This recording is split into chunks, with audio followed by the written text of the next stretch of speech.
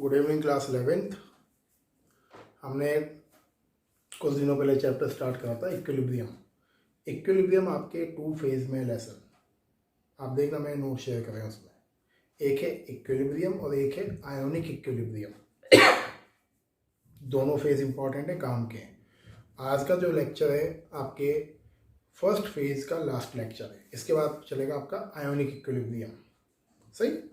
अब क्वेश्चन आता है कि इक्विलिब्रियम स्टेट को हम डिस्टर्ब कैसे कर सकते हैं, मतलब कैसे हम उसको डिस्टर्ब करें। बिकॉज जब भी chemical engineers chemical reactions perform करते हैं तो वो क्या करते हैं, इक्विलिब्रियम को डिस्टर्ब करते हैं ताकि क्या हो, maximum amount of reactant convert into product. तो दूसरी चीज़ कैसे डिस्टर्ब करें, 3-4 तरीके हैं। या तो केमिकल रिएक्शन का टेम्परेचर चेंज कर दो, या प्रेशर चेंज कर दो, कॉन्सेंट्रेशन चेंज कर दो, या जिस फ्लास्क में वो रिएक्शन हो रही है उस फ्लास्क को बदल दो, मतलब उसका वॉल्यूम कम या ज़्यादा कर दो। तो प्रेशर, टेम्परेचर, वॉल्यूम, कॉन्सेंट्रेशन, अगर ये चारों में से कोई भी चीज़ आप चेंज कर दोगे at the state of equilibrium, then equilibrium state will be disturbed. सही है। इस चीज़ के लिए एक साइंटिस्ट है ली चैटेलियर, अभी पढ़ना मत जो बोर्ड पे लिखा हुआ है। ली चैटेलियर ने अपना एक लॉ दिया, बट लॉ पढ़ने से पहले मैं आपको कुछ चीज़ समझाता हूँ। जैसे देखिए, सपोज आपकी केमिकल रिएक्शन है N2 + 3H2 एंड इस N2 एंड 3H2 से फॉर्म हुआ NH3 अमोनिया। ओके। और सपोज करिए मैंने इक्विलिब्रियम स्टेट पर मैंने क्या करा, NH3 की कॉन्सेंट्रेशन इंक्रीज कर दी। बहुत ध्यान से सुनना, मैंने क्या करा, NH3 की कॉन्सेंट्रेशन को बढ़ा दिया। अगर आप इक्विलिब्रियम स्टेट पर कोई भी चीज़ चेंज करोगे तो रिएक्शन हमेशा क्या करेगी, उस चेंज को मिनिमाइज करने की कोशिश करेगी। अब जैसे आपने NH3 की कॉन्सेंट्रेशन बढ़ा दी तो रिएक्शन क्या करेगी, इस NH3 की कॉन्सेंट्रेशन को बैलेंस करने की कोशिश करेगी। अब बैलेंस कैसे करेगी, अब NH3 को निकाल तो सकते नहीं हम वापस। रिएक्शन क्या करेगी, NH3 को कंज्यूम करना स्टार्ट करेगी, और कंज्यूम करने के लिए आपकी रिएक्शन बैकवर्ड डायरेक्शन में चलेगी। सही है भाई, आपको अमोनिया क्या करना है, कंज्यूम करना है। तो कंज्यूम आप हाथ डाल के तो निकाल नहीं लोगे, वेसल में से अमोनिया को मैं डाल दिया, अब निकाल लो हाथ से। सही है। अगर आप NaCl को वाटर में डिजोल्व कर लोगे, मैं बोलूँ NaCl निकाल लो जो डिजोल्व करेगा, हाथ पकड़ के निकाल सकते हो, पॉसिबल नहीं है। तो आपने अगर NH3 की कॉन्सेंट्रेशन बढ़ाई एट द इक्विलिब्रियम स्टेट तो रिएक्शन क्या करती है, इसको मिनिमाइज करती है। मिनिमाइज कैसे करती है, इसको कंज्यूम करके।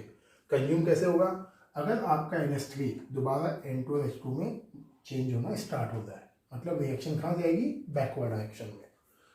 इसके बेस पर ली चैटेलियर बोलता है कि अगर हम इक्विलिब्रियम स्टेट पर प्रेशर, टेम्परेचर, वॉल्यूम या कॉन्सेंट्रेशन किसी में भी चेंज करें, उस केस में रिएक्शन हमेशा इन चेंजेस को मिनिमाइज करने की कोशिश करती है। Reaction always try to minimise such changes. This is called law of this is called Le Chatelier principle. अगर ऐसे नहीं समझाता आपको मैं, समझ में नहीं आता, वो बस रट्टा वाला काम रहता है। अब आप क्या बिना देखे भी आप लिख सकते हो। तो आप क्या लिख सकते हो, एट द इक्विलिब्रियम स्टेट अगर हम किसी भी चीज़ को चेंज करते हैं तो reaction always try to oppose such change या try to minimise such change. This is called Le Chatelier principle. ये लिखा हुआ है, पढ़िएगा आप इसको, अब मजा आएगा। If we do any change in temperature, pressure, volume, concentration at equilibrium state, then equilibrium shifts in a direction where these changes are minimized। और हमें एक एक करके सब चेंजेस पढ़ने, प्रेशर का चेंज, वॉल्यूम का चेंज, कॉन्सेंट्रेशन का चेंज, कैटलिस्ट का change and all the things. आज ये टॉपिक है ना। तो फर्स्ट ऑफ ऑल हम उठाते हैं चेंज इन टेम्परेचर और प्रेशर। देखिए बेटा, फर्स्ट देखिए इफेक्ट ऑफ कॉन्सेंट्रेशन चेंज, है ना। अब देखिए फिर वही बात आ जाती है सामने कि क्या ये चीज़ें 12th में काम की हैं, ये 12th में काम करनी। 12th में काम का केवल वो डेल्टा जी है आपके। अब ये पूरा चैप्टर जो आप पढ़ोगे ना, इसका जो आयोनिक इक्विलिब्रियम वाला पार्ट है वो ज़्यादा काम का है। फर्स्ट पार्ट काम करें, लेकिन इजी कौन सा है? इजी है फर्स्ट पार्ट, जो आप अपने आज खत्म कर लोगे इसको, है ना। अगला जो पार्ट है थोड़े डेरिवेशन से न्यूमेरिकल्स हैं। देखिए सबसे पहले बात करते हैं ली चैटरजी प्रिंसिपल की। ली चैटरजी क्या बोलता है? If we change in the concentration of chemicals like reactant और product, then equilibrium shift in the direction where these changes are minimise. वो का वही है, बस आपको कॉन्सेंट्रेशन डालना है। तो आप क्या बोलोगे? अगर हम एक खांसी ज़्यादा ही हो गया, अगर हम इक्विलिब्रियम स्टेट पर केमिकल्स की कॉन्सेंट्रेशन को चेंज करते हैं तो रिएक्शन क्या करती है? इन कॉन्सेंट्रेशन चेंज को मिनिमाइज करने की टेंडेंसी शो करती है। अब एक एक करके देखते हैं। जैसे 4 केस लिए मैंने, अगर हम H2 और I2 की कॉन्सेंट्रेशन को बढ़ाएं, सुन लो मेरी बात। अब H2 I2 की कॉन्सेंट्रेशन कैसे बढ़ाओगे? मतलब क्या है? हमने H2 और I2 को और ज़्यादा उसमें मिला दिया, तो जैसे ही आप H2 और I2 उसमें और ज़्यादा मिलाओगे, ऐड करोगे, तो क्या हुआ? H2 I2 का अमाउंट ज़्यादा हो गया। अब इस H2 और I2 के अमाउंट ज़्यादा अमाउंट को कम करने के लिए क्या करेगी रिएक्शन? फॉरवर्ड डायरेक्शन में मूव करेगी। क्यों करेगी मूव? क्योंकि जो आपका H2 और I2 ज़्यादा हो गया है उसे कंज्यूम भी तो करना है, और रिएक्टेंट कंज्यूम कब होता है? जब वो प्रोडक्ट में चेंज होता है। सही है? तो आप क्या करोगे? आप करोगे H2 and I2 when we increase the concentration, then reactions move in forward direction। सही है? तो कॉन्सेप्ट क्या है? when we increase the concentration of H2 and I2 to minimize the concentration of H2 and I2, the reaction start to consume H2 and I2 and start to form HI, due to which reactions move in forward direction या फिर equilibrium shift in forward direction। इतना clear है? सब clear हो जाएगा आपको, आगे आज का टॉपिक क्लियर हो जाएगा। अब जैसे देखिए, अगर हम H2 और I2 को कम कर दें, तो H2 और I2 को कम करोगे तो यहाँ क्या हो जाएगा? रिएक्टेंट डिक्रीज हो गया। सिंपल वर्ड में बोलो, एक कम कर दिया ना, और रिएक्टेंट डिक्रीज हो गया तो रिएक्टेंट बढ़ेगा, और रिएक्टेंट्स को बढ़ाने के लिए रिएक्शन को कहाँ चलना पड़ेगा? Backward direction. तो बहुत सिंपल लॉजिकल चीज़ें हैं, मतलब उसमें बहुत रॉकेट साइंस वाला काम नहीं है भाई। रिएक्टेंट अगर कम हो जाएगा तो रिएक्टेंट बनेगा नया, और रिएक्टेंट नया बनेगा तो रिएक्शन कहाँ जाएगी? बैकवर्ड में। तो आप क्या लिखोगे? अगर हम H2 और I2 मतलब रिएक्टेंट की कॉन्सेंट्रेशन को डिक्रीज करें तो reactions move in backward direction. ऐसे आएंगे क्वेश्चन 1 मार्क में, छोटे छोटे। इसको बढ़ाएं तो क्या होगा, उसको कम करें तो क्या होगा, और कट टू कट आंसर लिखना है। ज़्यादा लंबा चौड़ा कहानी नहीं लिखनी है उसमें। प्रदीप में लिखी है लंबी लंबी कहानियाँ, कोई एकदम मतलब नहीं है। तीसरी चीज़, अगर हम HI को कम कर दें, देखो अब HI कम हो गया, मतलब क्या करा आपने? आपने प्रोडक्ट को कम कर दिया, और जब प्रोडक्ट कम हो गया तो ज़्यादा प्रोडक्ट बनाना पड़ेगा रिएक्शन को, क्योंकि HI कम हुआ ना। तो जो जितना अमाउंट HI का कम हो गया है उसको बनाएगी रिएक्शन, और जब HI को बनाएगी तो रिएक्शन कहाँ चलेगी? फॉरवर्ड डायरेक्शन में। तो आप क्या लिख दोगे?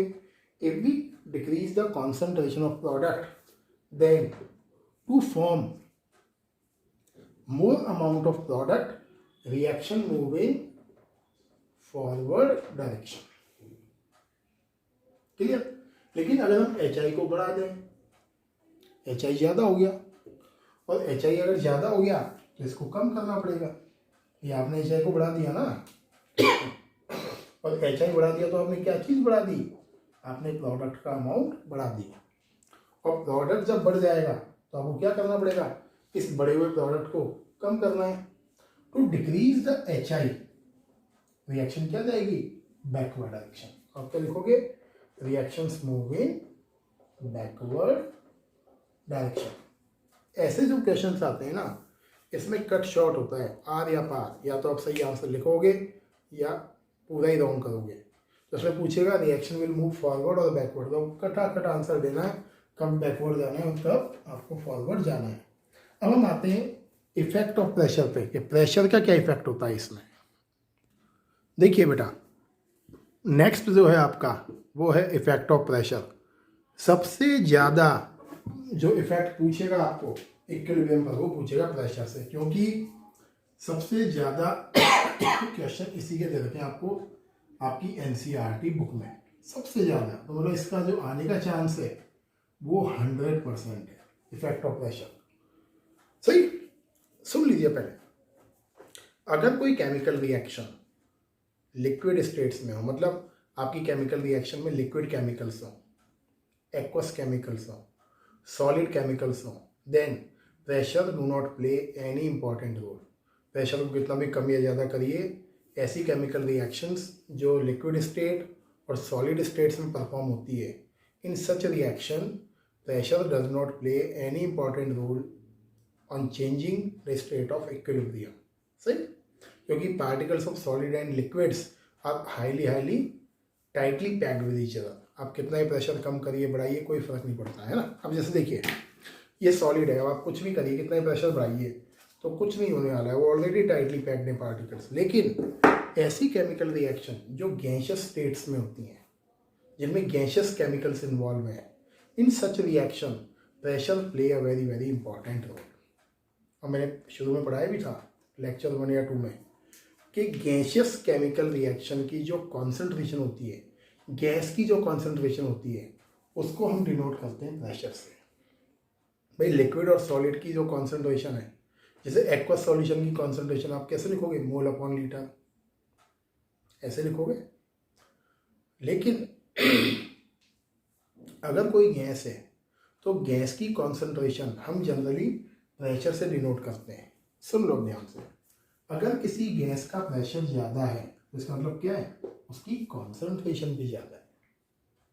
याद करो KP = KC RT delta n वाला डेरिवेशन। लेकिन एक और चीज़ आपने पढ़ा Boyle's law, P proportional 1/V। मतलब अगर किसी गैस का वॉल्यूम बढ़ेगा तो उसकी कॉन्सेंट्रेशन कम हो जाएगी या प्रेशर कम हो जाएगा, है ना। और अगर किसी गैस का वॉल्यूम कम होगा तो उसकी कॉन्सेंट्रेशन या प्रेशर बढ़ जाएगा। ये ध्यान रखना। अब क्वेश्चन आता है, किसी गैस की जो प्रेशर है उसको कैसे चेंज कर सकते हैं। चेंज कर सकते हैं वॉल्यूम से। अगर वॉल्यूम बढ़ाएंगे तो प्रेशर कम हो जाएगा, अगर वॉल्यूम कम करेंगे तो प्रेशर बढ़ जाएगा। तो ये बॉयल्स लॉ के ऊपर है। मैं करके दिखाता हूँ, बिना करे तो समझ में आएगा भी नहीं। सीधी सी बात ये, देखिए ध्यान से। मैंने लिखा केस 1, बहुत सिंपल से स्टार्ट करता हूँ, है ना। और मैंने लिखा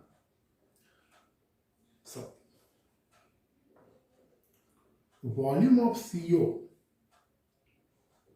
इज इंक्रीज। अगर मैंने CO का वॉल्यूम बढ़ाया तो क्या होगा, अगर मैं CO का वॉल्यूम बढ़ाऊंगा तो क्या हो जाएगा, प्रेशर और दोनों एक साथ लिख रहा हूँ, कॉन्सेंट्रेशन ऑफ CO डिक्रीज। ये बोलोगे कि भाई अगर मैंने CO का वॉल्यूम बढ़ाया तो CO का जो प्रेशर है या कॉन्सेंट्रेशन है वो डिक्रीज हो जाएगी। और CO की अगर कॉन्सेंट्रेशन डिक्रीज हुई तो यहाँ CO की डेफिशिएंसी हो गई। और CO की अगर डेफिशिएंसी हो जाएगी तो रिएक्शन कहाँ मूव करेगी, इस डेफिशिएंसी को फुलफिल करने के लिए बैकवर्ड डायरेक्शन में रिएक्शन चलेगी। तो आप क्या लिखोगे, therefore reaction moves in backward direction. Clear है, कोई डाउट तो नहीं है। इसको साइड में कर देते हैं ब्रैकेट में। फिर सुन लो एक बात, आपने CO का वॉल्यूम बढ़ाया और वॉल्यूम बढ़ाया तो क्या हो गया, प्रेशर कम हो गया। और प्रेशर कम हुआ तो कॉन्सेंट्रेशन भी कम हो गई। और अगर CO की कॉन्सेंट्रेशन कम हो जाएगी तो इसको फुलफिल करने के लिए रिएक्शन कहाँ चलेगी, बैकवर्ड डायरेक्शन। ये केस 1। केस 2 देखिए अब ध्यान से, कुछ नया करते हैं, है ना। देखिए केस 2, अगर हम CH4 का वॉल्यूम डिक्रीज कर दें, CH4 का वॉल्यूम डिक्रीज करते हैं, और CH4 का वॉल्यूम डिक्रीज करोगे तो क्या होगा, प्रेशर और कॉन्सेंट्रेशन ऑफ CH4 क्या हो जाएगा, इंक्रीज। और अगर प्रेशर और कॉन्सेंट्रेशन CH4 का बढ़ जाएगा तो उस बढ़े हुए CH4 को रिएक्शन कम करेगी, तो रिएक्शन कहाँ जाएगी, बैकवर्ड डायरेक्शन में। तो आप क्या लिखोगे, इफ द प्रेशर और concentration of CH4 increase then to consume CH4 reaction move in backward direction.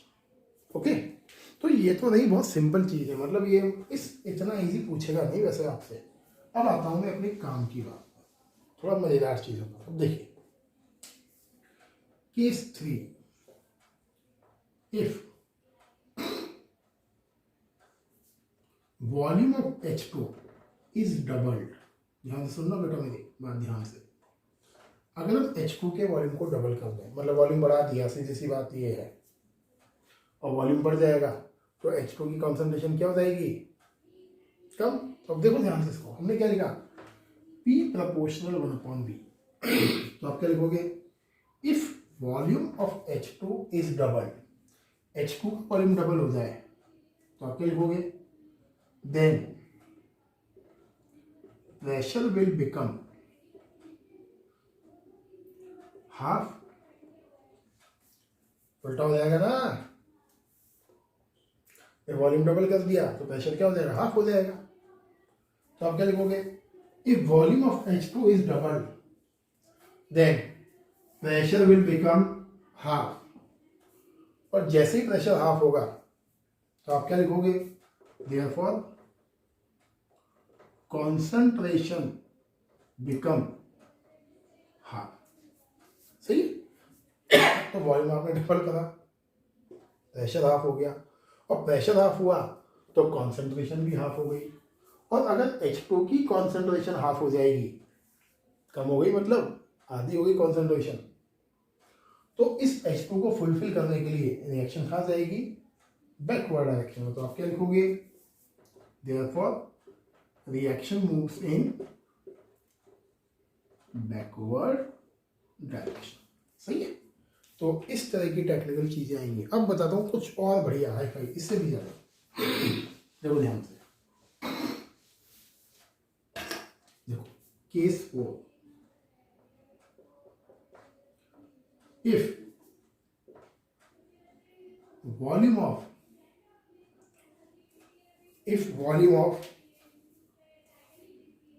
अब देखिए फोर्थ केस, देखिए हॉट्स की कैटेगरी में, if volume of container is hard. अब ध्यान से सुनना बेटा, ये हॉट्स की कैटेगरी का केस है। अगर पूरी रिएक्शन के कंटेनर का वॉल्यूम हाफ कर दें, है, मैं इसको यहां से हटा देता हूं, इसको कहीं और लिख देता हूं ताकि प्रॉब्लम क्रिएट ना करें। लिख देता हूं P प्रोपोर्शनल 1/V, और यहां लिख देता हूं कॉन्सेंट्रेशन, है ना। देखिए अगर मैंने कंटेनर का वॉल्यूम हाफ कर दिया, क्लियर, देयरफॉर वॉल्यूम क्या करा है मैंने, फिर देख लो, हाफ करा है, तो प्रेशर क्या हो जाएगा, double. Therefore pressure will be double. ध्यान से देखना, बहुत इंपॉर्टेंट चीज है ये। प्रेशर का मतलब क्या हुआ, कॉन्सेंट्रेशन विल बी डबल। मतलब क्या है, आपने क्या करा, आपने पूरे कंटेनर का वॉल्यूम हाफ कर दिया जिसमें रिएक्शन हो रही है आपकी, और जैसे ही पूरे कंटेनर का वॉल्यूम हाफ करोगे तो जितने भी केमिकल्स प्रेजेंट हैं आपकी केमिकल रिएक्शन में, उन सब का प्रेशर क्या हो गया, डबल। मतलब उन सब की कॉन्सेंट्रेशन क्या हुई, डबल हो गई। अब देखो क्या होगा, क्योंकि यहाँ डबल फंसेगी। अब देखिए ये 1 मोल है यहाँ, तो ये 1 से क्या हो गया 2, डबल हो गई कॉन्सेंट्रेशन। ये 3 मोल है तो 3 से क्या हो गया 6। ये 1 मोल है तो 1 से क्या हो गया 2, 1 है तो 1 से क्या हो गया 2। अब देखिए कहाँ ज्यादा मोल बढ़े, अब देखिए 1 से हुआ 2 और 3 से हुआ 6। तो पहले कितने मोल थे, पहले मोल थे 1 + 3 = 4। अब कितने मोल हो गए? अब हो गए टोटल मोल 8। पहले कितने मोल थे? 1 + 1 = 2। अब कितने मोल हो गए? 2 + 2 = 4। तो देखिए यहाँ 2 से 4 हुए, मतलब 2 मोल्स इंक्रीज हुए, और यहाँ 4 से 8 हुए, तो 4 मोल्स इंक्रीज हुए। तो किसके मोल ज़्यादा बढ़े? इसके मोल ज़्यादा बढ़े, सही। और जिसके मोल ज़्यादा बढ़ेंगे मतलब कॉन्सेंट्रेशन उसकी ज़्यादा बढ़ेगी। फिर सुन लो, यहाँ 4 मोल्स 8 मोल्स हो गए, और यहाँ 2 मोल से 4 मोल्स हो गए। तो कहाँ ज़्यादा नंबर ऑफ मोल्स बढ़े? यहाँ ज़्यादा नंबर ऑफ मोल्स बढ़े। तो किसके मोल्स ज़्यादा इंक्रीज हुए? रिएक्टेंट्स के। तो आप क्या लिखोगे? Therefore concentration of reactants increase, और ये बढ़ गया ज़्यादा तो रिएक्शन कहाँ जाएगी? Reaction moves in forward direction. Clear? ये तो बोलती है एनसीईआरटी, लेकिन अगर आपको बहुत शॉर्ट एंड स्वीट करना है तो मैं बताता हूँ उसको बहुत सिंपल तरीके से। बिल्कुल शॉर्ट एंड स्वीट कैसे करोगे? देखिए, आप देखिए किसके मोल कितने कितने वो काउंट कर लो। यहाँ कितने मोल है? 1 + 3 = 4। यहाँ कितने मोल है? 1 + 1 = 2। सही। जिस साइड मोल ज़्यादा होते हैं उसकी कॉन्सेंट्रेशन भी ज़्यादा बढ़ती है।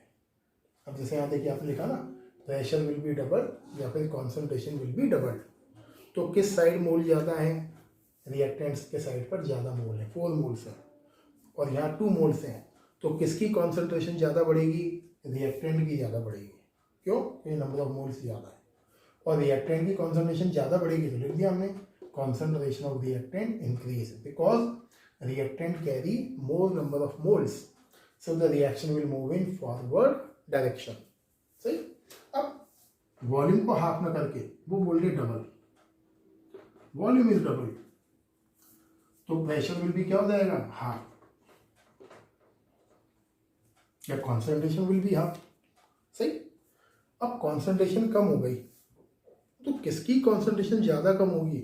अगेन उसकी कॉन्सेंट्रेशन ज़्यादा कम होगी जिसके ज़्यादा नंबर ऑफ मोल्स है। ये ट्रिक है, अगर आप उलझते रहोगे। कॉन्सेंट्रेशन हाफ हो गई तो किसकी ज़्यादा कॉन्सेंट्रेशन कम होगी? इसकी, कि ज़्यादा नंबर ऑफ मोल्स हैं। तो आप क्या लिखोगे? Therefore concentration of reactant decrease, therefore reaction move in backward direction। Okay, तो ये था आपका इफेक्ट ऑफ प्रेशर। आज तक जितने भी बार क्वेश्चंस आए, जितनी बार पेपर बना है, इफेक्ट ऑफ प्रेशर से ही सबसे ज़्यादा क्वेश्चंस एग्जाम में पूछे गए हैं। आगे देखते हैं। देखिए आप, ये तो बहुत छोटे से हैं। Effect of inert gas addition and effect of temperature. अब देखिए, अगर हम किसी इक्विलिब्रियम स्टेट पर इनर्ट गैस को ऐड कर दें, लाइक हीलियम, नियॉन या argon, as the inert gases do not participate in a chemical reaction, that's why inert gas do not show any kind of change at the state of equilibrium. आप अगर inert gas को add कर भी दोगे तो equilibrium state पर कोई भी इम्पैक्ट नहीं होगा, because inert gas chemical reaction में पार्टिसिपेट नहीं करते हैं। सही है। Number 2, effect of temperature. अगर आपकी केमिकल रिएक्शन एंडोथर्मिक है, एंडोथर्मिक का मतलब उसे टेम्परेचर चाहिए, हीट एनर्जी चाहिए उसे। सुनो ये बात ध्यान से। एंडोथर्मिक रिएक्शंस कौन होती हैं? Which require heat energy. और आपने अगर ऐसी रिएक्शन का टेम्परेचर बढ़ाया तो आपने क्या करा? रिएक्शन को सपोर्ट करा, उसकी नीड को फुलफिल करा। उस केस में रिएक्शन या equilibrium move in forward direction. मतलब आपने अच्छा काम करा रिएक्शन के लिए, रिएक्शन को क्या चाहिए? हीट एनर्जी, और आपने दे दिया उसको टेम्परेचर, तो क्या होगा? Reaction move in forward direction. लेकिन अगर रिएक्शन एक्सोथर्मिक है एंड वाइस वर्सा ऑल्सो, उल्टा भी है। अगर आपने टेम्परेचर कम कर दिया एंडोथर्मिक का तो उसे तो चाहिए एनर्जी, और आपने और टेम्परेचर कम कर दिया तो उसके अगेंस्ट काम करा, रिएक्शन कहाँ जाएगी? Backward direction. अब देखिए एक्सो में क्या होता है? Exothermic reaction release heat energy, और आपने उल्टा उसको और टेम्परेचर प्रोवाइड कर दिया। उसे तो हीट एनर्जी निकालना है और आप उल्टा उसको टेम्परेचर दे रहे हो, मतलब क्या कर रहे हो, उस रिएक्शन के अगेंस्ट काम कर रहे हो। तो क्या होगा, रिएक्शन मूविंग बैकवर्ड डायरेक्शन। सही है। तो ये तो बहुत सिंपल से हैं, इसमें कुछ ऐसा खास है नहीं। आगे देखिए लास्ट, इफेक्ट ऑफ कैटलिस्ट। ये देखिए, can we close the topic. Topic number 6, effect of catalyst addition. देखिए, सपोज अगेन ये आपका इक्विलिब्रियम है, इक्विलिब्रियम वाली रिएक्शन है ना। कैटलिस्ट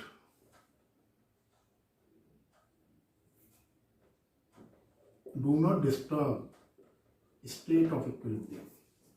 कैटलिस्ट इक्विलिब्रियम को डिस्टर्ब नहीं करता है, बट